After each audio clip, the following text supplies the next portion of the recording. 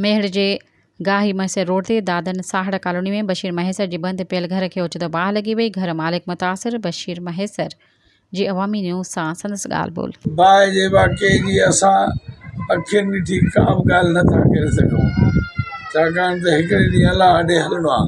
बाक़ी हिते वॾो अज़ाब आहे, हेॾो साम्हूं रजब शाह जो मुक़ाम आहे, उते इहे हीरोइनी आई श्यामा वाली वेहंदा आहिनि, उहे बि हिननि गिटनि में पिनण वेहींदा आहिनि ऐं वरी अहिड़ियूं हरकतूं करे वेंदा आहिनि। मे बी उन्हनि कई आहे, मे बी कंहिं पाड़े जे ॿारनि कई हुजे।